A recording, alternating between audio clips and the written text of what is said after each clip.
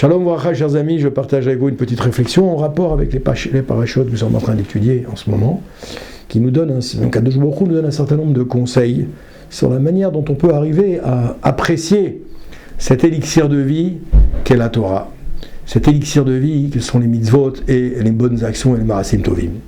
Il nous explique ici à travers une histoire, Rav Pinkus nous explique à la Vachalom une histoire et dit que, en vérité, à quoi ça ressemble? Il y avait une fois un ami, une personne, un juif qui était, malheureusement, qui n'était pas argenté, qui était plutôt pauvre, et qui avait du mal à joindre les deux bouts. Et voilà qu'un jour, il apprend que son cousin va marier son fils. Son cousin, par contre, il est extrêmement riche, très très riche. Et il imagine déjà que le cousin va faire un mariage fastueux, et qu'il va être invité, et qu'il va profiter d'une soirée extraordinaire, voire même peut-être une semaine extraordinaire. Vous savez, chez les familles riches, des fois, le mariage dure une semaine. On t'envoie une invitation, alors le dimanche, tu auras ça, le lundi, tu auras ça, le mardi, tu auras ça, ensuite tu auras la choupa, ensuite tu auras le mariage, ensuite tu auras l'after, ensuite l'after de l'after, et le Shabbat.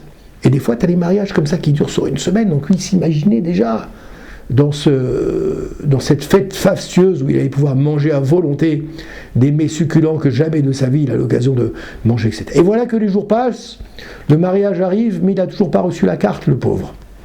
Alors il commence à s'inquiéter, à s'inquiéter, à s'inquiéter. Il est triste. Le jour du mariage arrive, toujours pas de carte. Et là, malheureusement, en parallèle de ça, il a faim. Il est affamé. Alors qu'est-ce qu'il fait? Il prend quelques petites économies qu'il avait, dépité, il dit bon le mariage c'est pas pour moi, tant pis, mon cousin m'a pas invité, je dois pas être suffisamment d'un rang élevé pour aller être invité à son mariage. Et qu'est-ce qu'il fait? Il va à la Macolette du coin, à l'épicerie du coin, et avec le peu d'argent qu'il a, il ne peut s'acheter qu'un morceau de pain et un gros oignon, de l'oignon. Alors qu'est-ce qui se passe? Il achète cet oignon et ce pain, il rentre chez lui, et il commence à manger l'oignon avec du pain, l'oignon avec du pain, l'oignon avec du pain. Il finit l'oignon, gros oignon, Baruch Hashem, et il finit le pain. Bon, Baruch Hashem, il a sustenté à ses besoins, il a au moins calé un petit peu sa faim, et il reste avec la tristesse de ne pas avoir été invité au mariage.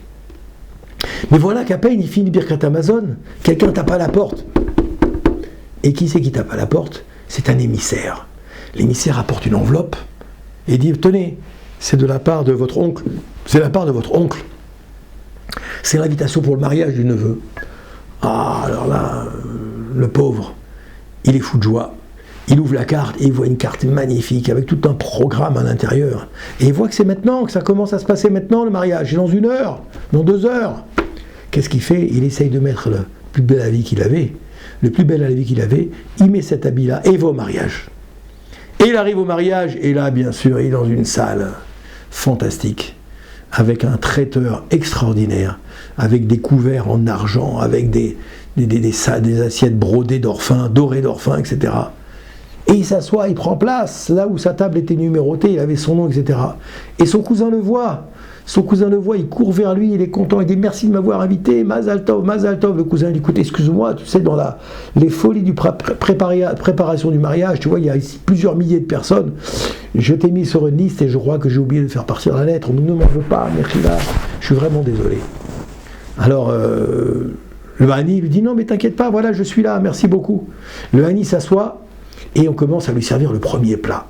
Le premier plat dans un mariage, c'est en général toujours le poisson. Et il mange le poisson, mais le poisson est magnifique. C'est un poisson extrêmement rarissime qu'il n'a jamais mangé de sa vie. Le problème, c'est qu'à chaque bouchée de poisson qu'il met dans sa bouche, il y a un goût de quoi? Il y a un goût d'oignon. Alors il mange une deuxième bouchée, troisième bouchée, il y a un goût d'oignon. Bon, il n'a pas le choix. Il dit peut-être le tabachim, là-bas, les cuisiniers, ils ont forcé sur l'oignon, sur le poisson. Mais quand même c'était très bon, mais avec un goût d'oignon. Arrive maintenant le deuxième plat, entre-temps il fait une série de danses. Le deuxième plat arrive, la viande extraordinaire, ossobuco, numéro 5, numéro 6, numéro 7, ce que vous voulez, avec des viandes les plus raffinées qui pouvaient exister, qu'il n'avait jamais goûté. Et pareil, il commence à manger, c'est magnifique, mais il y a un goût d'oignon. À nouveau un goût d'oignon. Il dit c'est pas possible, il y a un problème. On lui a mis les légumes, des légumes raffinés, pareil. Il commence à manger le premier, goût d'oignon. Deuxième, goût d'oignon. Troisième, goût d'oignon. Et là, on peut plus. Il va voir son cousin, la baït. le papa qui organise la réception, qui paye la réception, il dit, dis-moi mon ami, Rabbi Shlomo, il s'appelait Shlomo, Rabbi Shlomo, c'est magnifique, tout est magnifique, mais dis-moi, je crois par contre il y a un petit problème en cuisine. Je crois que le cuisinier a forcé un peu sur l'oignon. Parce que tous les plats qu'on mange, ils ont un goût d'oignon. T'as remarqué, toi? Et là-bas, il dit, non, pas du tout, je n'ai pas remarqué du tout. Au contraire, tout est magnifique. Et après, il réfléchit, là-bas, le propriétaire, le patron, excusez-moi, le papa du marié, il réfléchit. Et il se met à rigoler, à rigoler. Il dit, mais j'ai compris, mon cher cousin, c'est toi quand t'es venu, là, tu viens d'où? Il dit, ben, t'as mangé avant de venir? Il dit, qu'est-ce que t'as mangé? Ben, j'ai mangé du pain et de l'oignon. Il dit, j'ai compris, mon cher cousin. Tu as encore le goût de l'oignon dans la bouche. C'est pour ça que tout ce que tu manges prend le goût de l'oignon. Tous les plats, que ce soit les viandes, que ce soit les entrées, que ce soit les salades.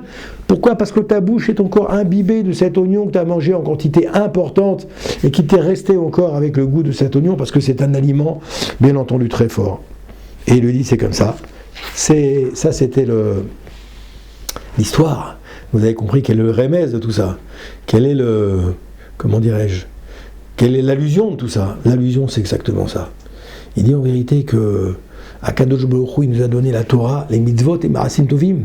Mais pour que la Torah elle rentre, pour que je puisse savourer ce bon plat qu'est la Torah, pour que je puisse savourer ces bons plats que sont les mitzvot et Marasim Tovim, il faut d'abord que j'ai enlevé le goût que j'avais dans la bouche.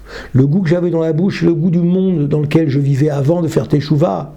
Le monde des ta'avot, le monde des désirs futiles, le monde des activités futiles, le monde des choses qui malheureusement ne m'amenaient pas de bonnes choses et de bons comportements. Il faut d'abord que je nettoie ma bouche. Une fois que j'ai nettoyé mon bouche, alors la Torah va pouvoir rentrer.